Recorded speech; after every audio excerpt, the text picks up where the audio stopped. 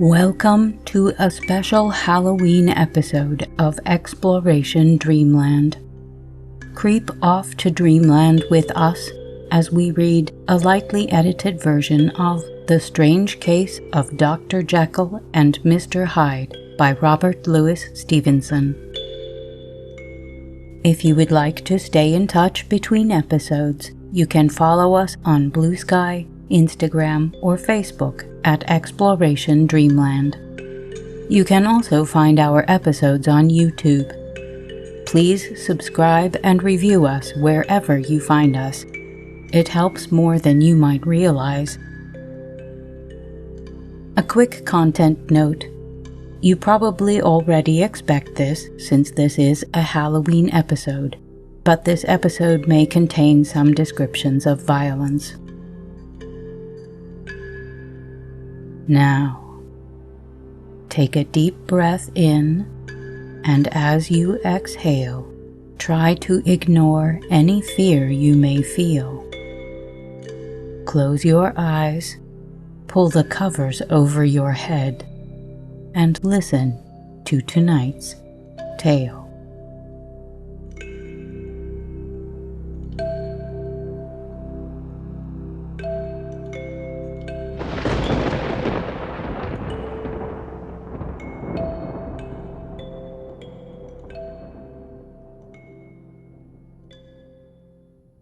Part 4. The Carew Murder Case.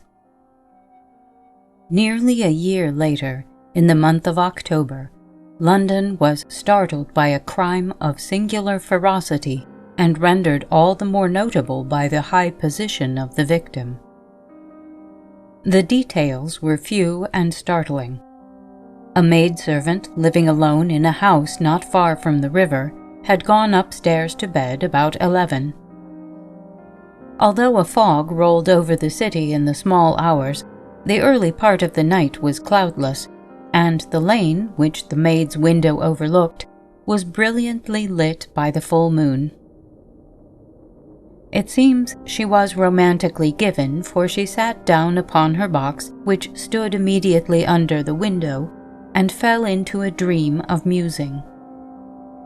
Never, she used to say with streaming tears when she narrated that experience, never had she felt more at peace with all men, or thought more kindly of the world. And as she so sat, she became aware of an aged, beautiful gentleman with white hair, drawing near along the lane. And advancing to meet him, another and very small gentleman, to whom at first she paid less attention. When they had come within speech, which was just under the maid's eyes, the older man bowed and accosted the other with a very pretty manner of politeness. It did not seem as if the subject of his address were of great importance. Indeed, from his pointing, it sometimes appeared as if he were only inquiring his way.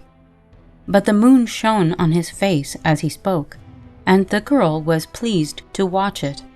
It seemed to breathe such an innocent and old-world kindness of disposition, yet with something high, too, as of a well-founded self-content. Presently her eye wandered to the other, and she was surprised to recognize in him a certain Mr. Hyde, who had once visited her master, and for whom she had conceived a dislike. He had in his hand a heavy cane, with which he was trifling, but he answered never a word, and seemed to listen with an ill-contained impatience. And then, all of a sudden, he broke out in a great flame of anger, stamping with his foot, brandishing the cane, and carrying on, as the maid described it, like a madman. The old gentleman took a step back, with the air of one very much surprised and a trifle hurt. And at that, Mr. Hyde broke out of all bounds and clubbed him to the earth. And next moment, with ape-like fury, he was trampling his victim underfoot and hailing down a storm of blows, under which the bones were audibly shattered, and the body jumped upon the roadway. At the horror of these sights and sounds, the maid fainted. It was 2:00 when she came to herself and called for the police. The murderer was gone long ago, but there lay his victim in the middle of the lane, incredibly mangled. The stick with which the deed had been done, although it was of some rare and very tough and heavy wood, had broken in the middle under the stress of this insensate cruelty, and one splintered half had rolled in the neighboring gutter. The other, without doubt, had been carried away by the murderer.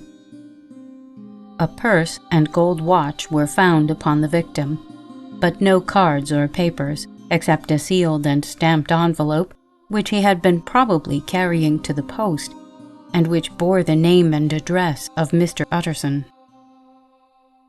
This was brought to the lawyer the next morning, before he was out of bed, and he had no sooner seen it and been told the circumstances than he shot out a solemn lip. "I shall say nothing till I have seen the body," said he. "This may be very serious.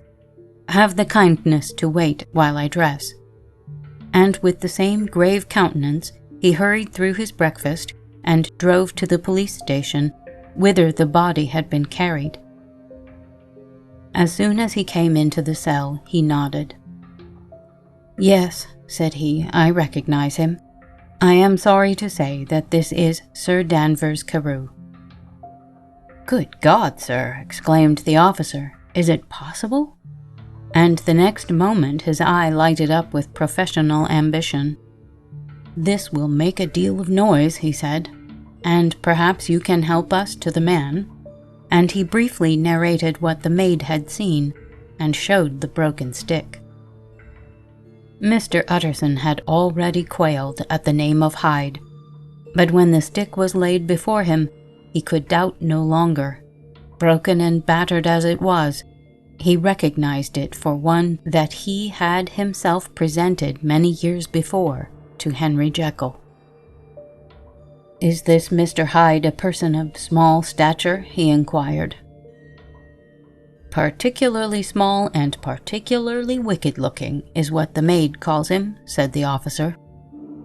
Mr. Utterson reflected, and then, raising his head, "If you will come with me in my cab," he said, "I think I can take you to his house." It was by this time about 9 in the morning, and the first fog of the season.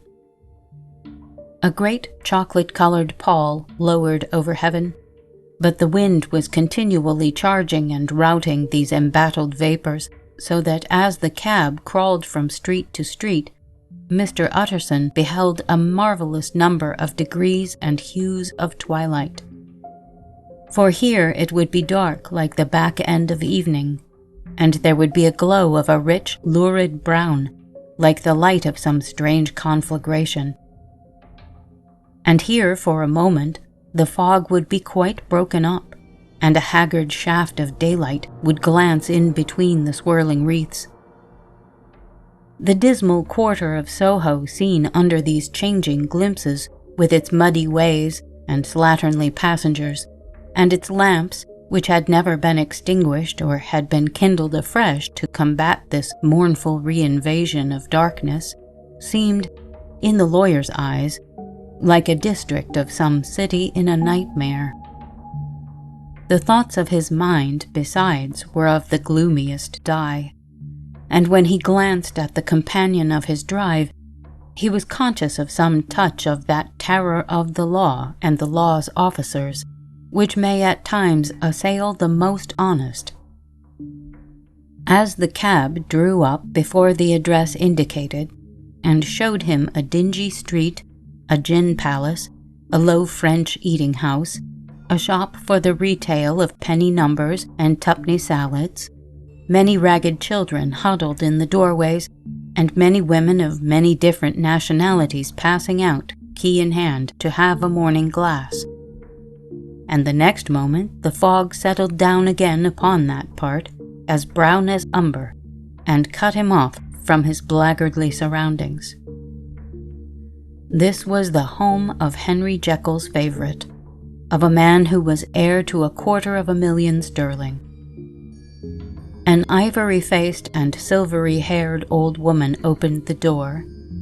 She had an evil face, smoothed by hypocrisy, but her manners were excellent. Yes, she said, this was Mr. Hyde's, but he was not at home. He had been in that night very late, but he had gone away again in less than an hour. There was nothing strange in that. His habits were very irregular, and he was often absent. For instance, it was nearly 2 months since she had seen him till yesterday. "Very well, then, we wish to see his rooms," said the lawyer, and when the woman began to declare it was impossible, "I had better tell you who this person is," he added. "This is Inspector Newcomen of Scotland Yard." A flash of odious joy appeared upon the woman's face. "Ah," said she, "he is in trouble. What has he done?" Mr. Utterson and the inspector exchanged glances. "He don't seem a very popular character," observed the latter. "And now, my good woman, just let me and this gentleman have a look about us." In the whole extent of the house, which but for the old woman remained otherwise empty, Mr. Hyde had only used a couple of rooms, but these were furnished with luxury and good taste.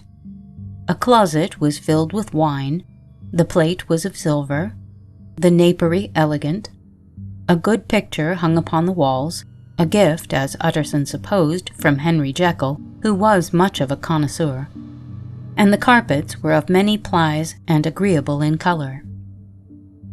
At this moment, however, the rooms bore every mark of having been recently and hurriedly ransacked. Clothes lay about the floor, with their pockets inside out. Lock-fast drawers stood open, and on the hearth there lay a pile of grey ashes, as though many papers had been burned. From these embers, the inspector disinterred the butt end of a green cheque-book, which had resisted the action of the fire. The other half of the stick was found behind the door, and as this clinched his suspicions, the officer declared himself delighted. A visit to the bank, where several £1,000s were found to be lying to the murderer's credit, completed his gratification.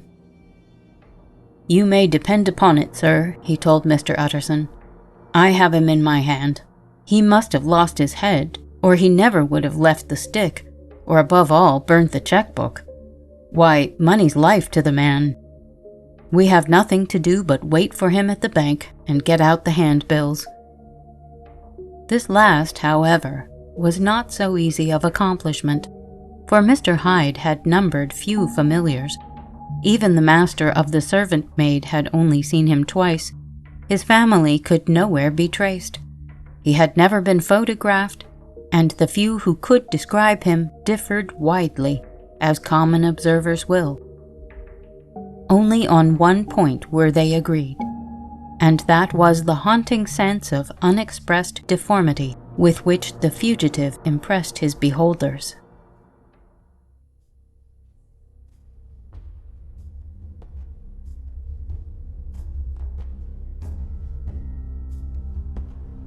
Part 5.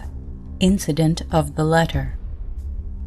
It was late in the afternoon when Mr. Utterson found his way to Dr. Jekyll's door, where he was at once admitted by Poole and carried down by the kitchen offices and across a yard which had once been a garden to the building which was indifferently known as the laboratory or dissecting rooms. The doctor had bought the house from the heirs of a celebrated surgeon, and his own tastes being rather chemical than anatomical, had changed the destination of the block at the bottom of the garden. It was the first time that the lawyer had been received in that part of his friend's quarters, and he eyed the dingy, windowless structure with curiosity, and gazed round with a distasteful sense of strangeness as he crossed the theatre, once crowded with eager students, and now lying gaunt and silent, the tables laden with chemical apparatus, the floor strewn with crates and littered with packing straw, and the light falling dimly through the foggy cupola. At the further end, a flight of stairs mounted to a door covered with red baize, and through this Mr. Utterson was at last received into the doctor's cabinet. It was a large room fitted round with glass presses, furnished, among other things, with a cheval glass and a business table, and looking out upon the court by 3 dusty windows barred with iron. The fire burned in the grate, a lamp was set lighted on the chimney shelf, for even in the houses the fog began to lie thickly, and there, close up to the warmth, sat Dr. Jekyll, looking deathly sick. He did not rise to meet his visitor, but held out a cold hand and bade him welcome in a changed voice. "And now," said Mr. Utterson, as soon as Poole had left them, "you have heard the news?" The doctor shuddered. "They were crying it in the square," he said. "I heard them in my dining room." "One word," said the lawyer. "Carew was my client, but so are you, and I want to know what I am doing. You have not been mad enough to hide this fellow." "Utterson, I swear to God," cried the doctor. "I swear to God I will never set eyes on him again. I bind my honor to you that I am done with him in this world. It is all at an end. And indeed he does not want my help. You do not know him as I do. He is safe, he is quite safe. Mark my words, he will never more be heard of." The lawyer listened gloomily. He did not like his friend's feverish manner. "You seem pretty sure of him," said he, "and for your sake, I hope you may be right. If it came to a trial, your name might appear." "I am quite sure of him," replied Jekyll. "I have grounds for certainty that I cannot share with anyone. But there is one thing on which you may advise me.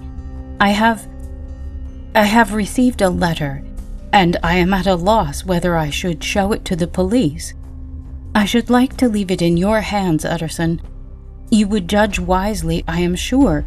I have so great a trust in you." "You fear, I suppose, that it might lead to his detection?" asked the lawyer. "No," said the other. "I cannot say that I care what becomes of Hyde. I am quite done with him. I was thinking of my own character, which this hateful business has rather exposed." Utterson ruminated a while. He was surprised at his friend's selfishness, and yet relieved by it. "Well," said he at last, "let me see the letter." The letter was written in an odd, upright hand and signed Edward Hyde. And it signified, briefly enough, that the writer's benefactor, Dr. Jekyll, whom he had long so unworthily repaid for 1,000 generosities, need labor under no alarm for his safety, as he had means of escape on which he placed a sure dependence. The lawyer liked this letter well enough. It put a better color on the intimacy than he had looked for, and he blamed himself for some of his past suspicions.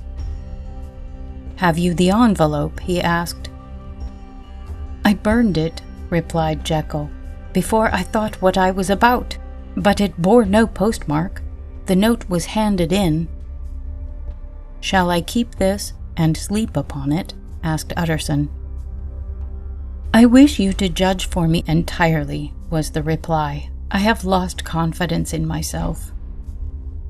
"Well, I shall consider," returned the lawyer. "And now one word more. It was Hyde who dictated the terms in your will about that disappearance?" The doctor seemed seized with a qualm of faintness. He shut his mouth tight and nodded.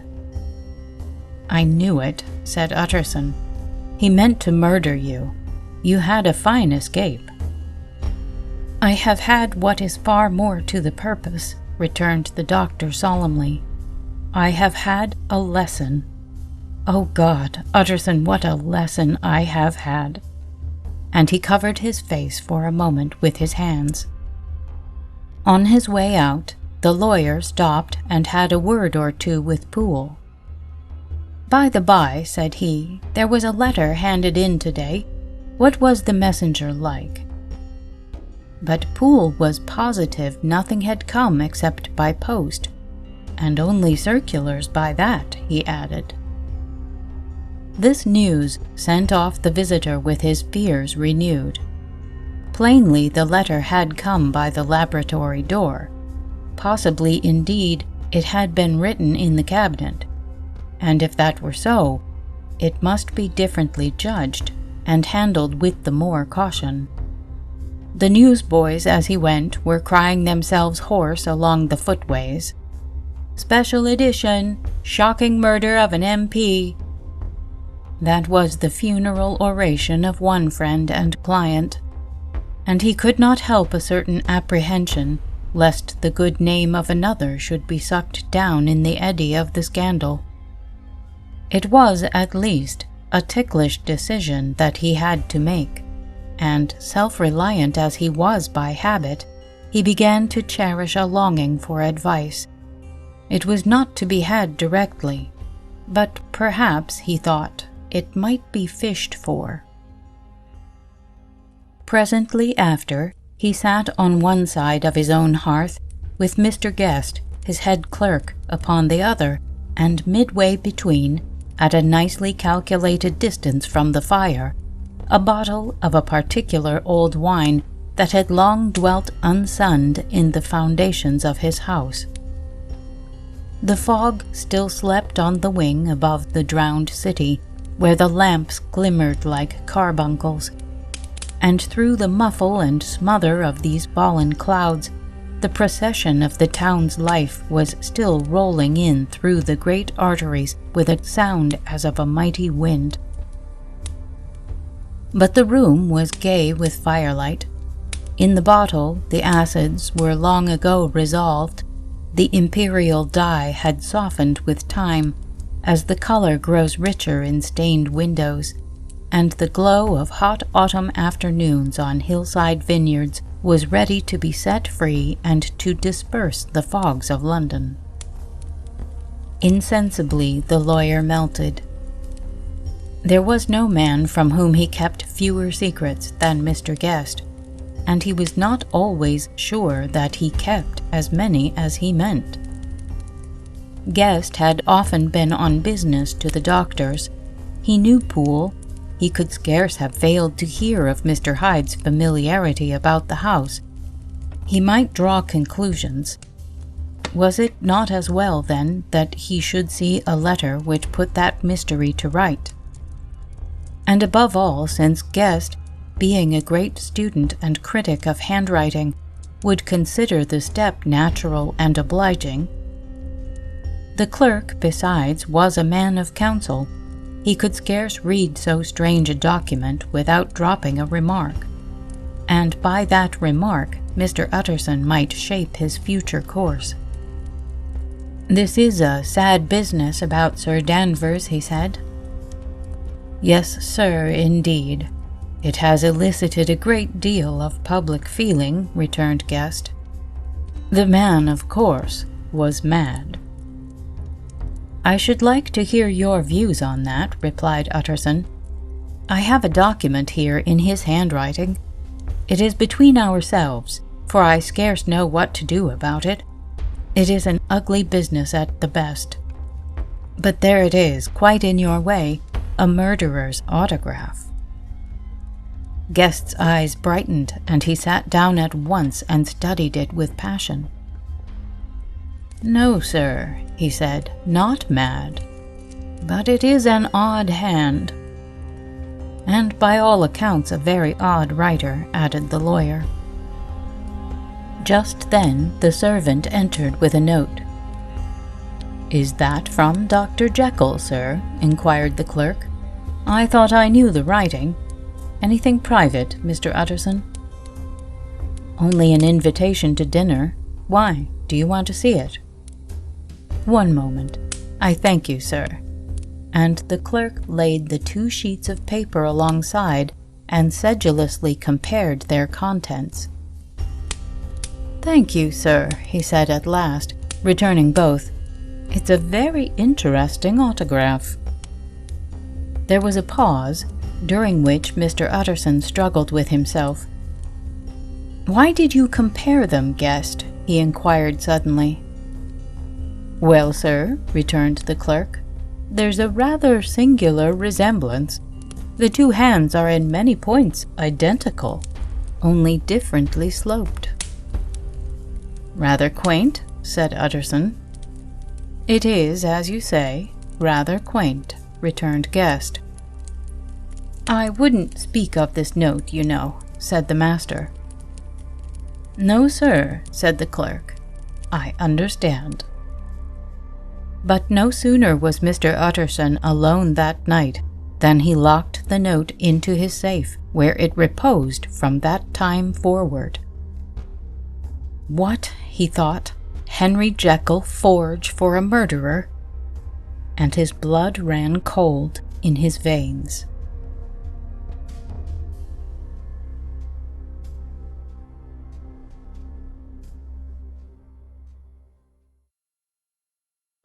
Part 6. Incident of Dr. Lanyon. Time ran on. Thousands of pounds were offered in reward, for the death of Sir Danvers was resented as a public injury. But Mr. Hyde had disappeared out of the ken of the police as though he had never existed. Much of his past was unearthed, indeed, and all disreputable. Tales came out of the man's cruelty, at once so callous and violent, of his vile life, of his strange associates, of the hatred that seemed to have surrounded his career. But of his present whereabouts, not a whisper. From the time he had left the house in Soho on the morning of the murder, he was simply blotted out, and gradually, as time drew on, Mr. Utterson began to recover from the hotness of his alarm and to grow more at quiet with himself. The death of Sir Danvers was, to his way of thinking, more than paid for by the disappearance of Mr. Hyde. Now that that evil influence had been withdrawn, a new life began for Dr. Jekyll. He came out of his seclusion, renewed relations with his friends, became once more their familiar guest and entertainer, and whilst he had always been known for charities, he was now no less distinguished for religion. He was busy, he was much in the open air, he did good, his face seemed to open and brighten, as if with an inward consciousness of service, and for more than 2 months the doctor was at peace. On the 8th of January, Utterson had dined at the doctor's with a small party. Lanyon had been there, and the face of the host had looked from one to the other as in the old days when the trio were inseparable friends. On the 12th, and again on the 14th, the door was shut against the lawyer. The doctor was confined to the house, Poole said, and saw no one. On the 15th he tried again, and was again refused, and having now been used for the last 2 months to see his friend almost daily, he found this return of solitude to weigh upon his spirits. The 5th night he had in Guest to dine with him, and the 6th he betook himself to Dr. Lanyon's. There, at least, he was not denied admittance, but when he came in, he was shocked at the change which had taken place in the doctor's appearance. He had his death warrant written legibly upon his face. The rosy man had grown pale, his flesh had fallen away, he was visibly balder and older, and yet it was not so much these tokens of a swift physical decay that arrested the lawyer's notice as a look in the eye and quality of manner that seemed to testify to some deep-seated terror of the mind. It was unlikely that the doctor should fear death, and yet that was what Utterson was tempted to suspect. Yes, he thought, he is a doctor. He must know his own state and that his days are counted, and the knowledge is more than he can bear. And yet when Utterson remarked on his ill looks, it was with an air of great firmness that Lanyon declared himself a doomed man. "I have had a shock," he said, "and I shall never recover. It is a question of weeks. Well, life has been pleasant. I liked it. Yes, sir, I used to like it. I sometimes think if we knew all, we should be more glad to get away." "Jekyll is ill too," observed Utterson. "Have you seen him?" But Lanyon's face changed, and he held up a trembling hand. "I wish to see or hear no more of Dr. Jekyll," he said in a loud, unsteady voice. "I am quite done with that person, and I beg that you will spare me any allusion to one whom I regard as dead." "Tut, tut," said Mr. Utterson, and then, after a considerable pause, "Can't I do anything?" he inquired. "We are 3 very old friends, Lanyon. We shall not live to make others." "Nothing can be done," returned Lanyon. "Ask himself." "He will not see me," said the lawyer. "I am not surprised at that," was the reply. "Some day, Utterson, after I am dead, you may perhaps come to learn the right and wrong of this. I cannot tell you. And in the meantime, if you can sit and talk with me of other things, for God's sake stay and do so. But if you cannot keep clear of this accursed topic, then in God's name go, for I cannot bear it."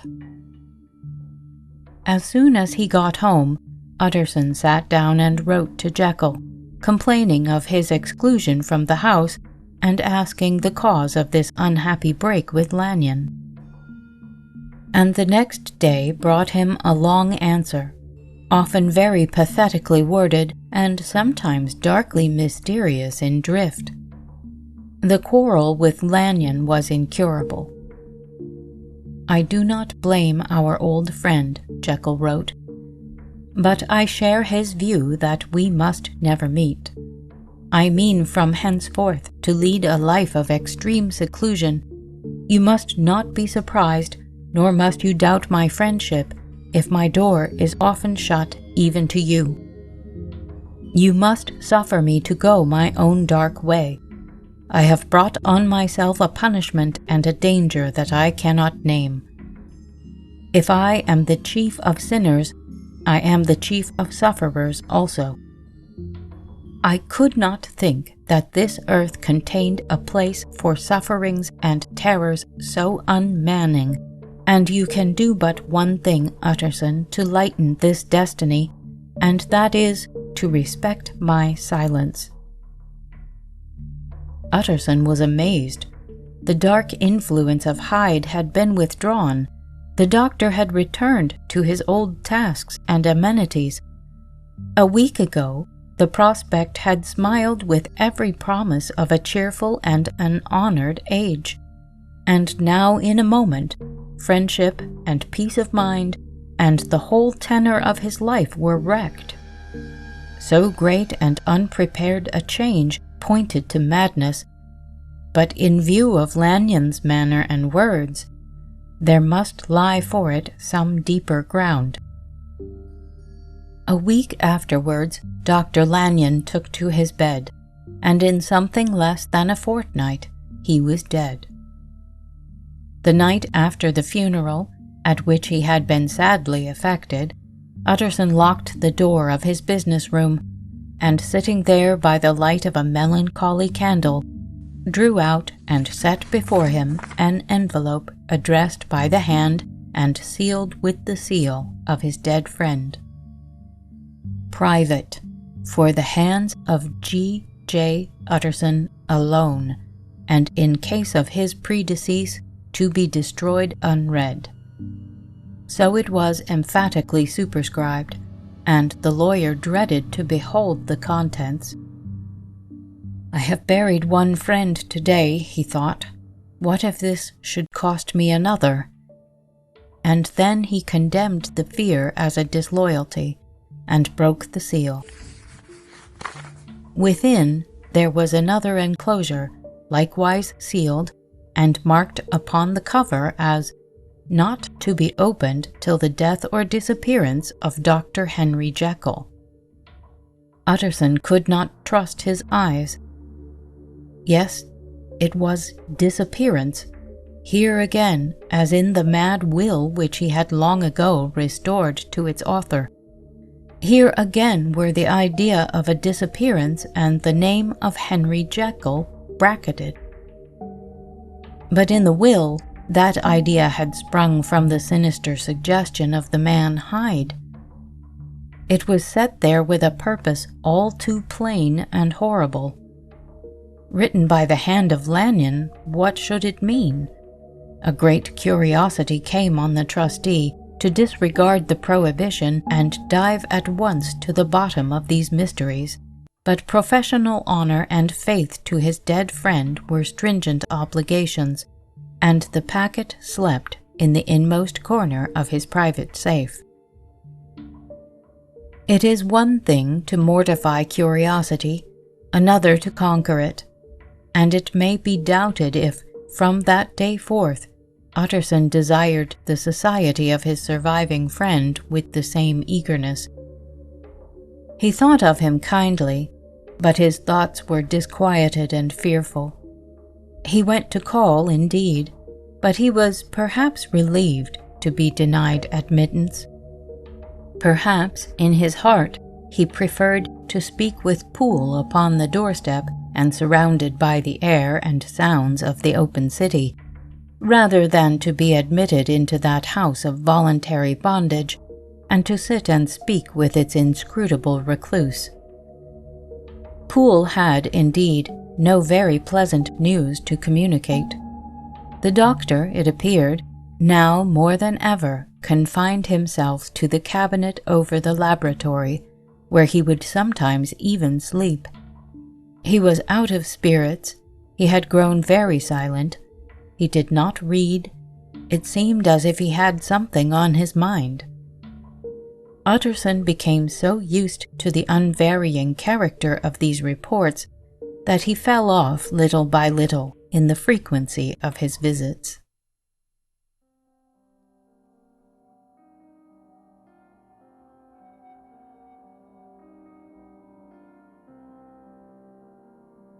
Part 7. Incident at the Window. It chanced on Sunday, when Mr. Utterson was on his usual walk with Mr. Enfield, that their way lay once again through the by-street, and that when they came in front of the door, both stopped to gaze on it. "Well," said Enfield, "that story's at an end at least. We shall never see more of Mr. Hyde." "I hope not," said Utterson. "Did I ever tell you that I once saw him and shared your feeling of repulsion?" "It was impossible to do the one without the other," returned Enfield. "And by the way, what an ass you must have thought me, not to know that this was the back way to Dr. Jekyll's. It was partly your own fault that I found it out, even when I did." "So you found it out, did you?" said Utterson. "But if that be so, we may step into the court and take a look at the windows. To tell you the truth, I am uneasy about poor Jekyll, and even outside, I feel as if the presence of a friend might do him good." The court was very cool and a little damp, and full of premature twilight, although the sky, high up overhead, was still bright with sunset. The middle one of the 3 windows was halfway open, and sitting close beside it, taking the air with an infinite sadness of mien, like some disconsolate prisoner, Utterson saw Dr. Jekyll. "What, Jekyll?" he cried. "I trust you are better." "I am very low, Utterson," replied the doctor drearily. "Very low. It will not last long, thank God." "You stay too much indoors," said the lawyer. "You should be out, whipping up the circulation like Mr. Enfield and me. This is my cousin, Mr. Enfield, Dr. Jekyll. Come now, get your hat and take a quick turn with us." "You are very good," sighed the other. "I should like to very much, but no, it is quite impossible. I dare not. But indeed, Utterson, I am very glad to see you. This is really a great pleasure. I would ask you and Mr. Enfield up, but the place is really not fit." "Why then," said the lawyer good-naturedly, "the best thing we can do is to stay down here and speak with you from where we are." "That is just what I was about to venture to propose," returned the doctor with a smile.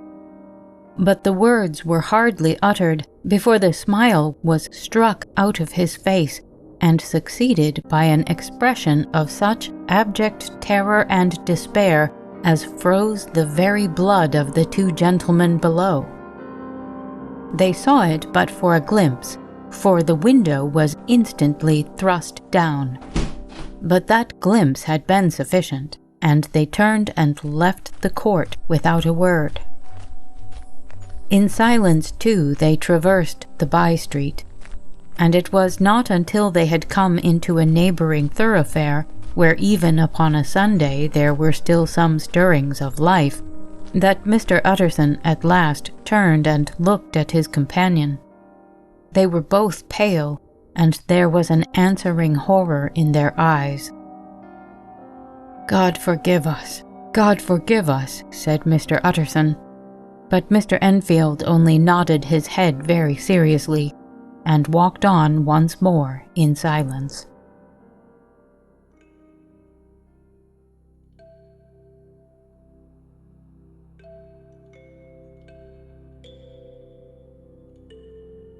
Thank you for joining us for The Strange Case of Dr. Jekyll and Mr. Hyde by Robert Louis Stevenson. Please follow, rate, and review us on your favorite podcast app. Keep in touch with us on Blue Sky, Instagram, Facebook, or YouTube, and recommend us to anyone you know who could use a quiet break or a little help falling asleep.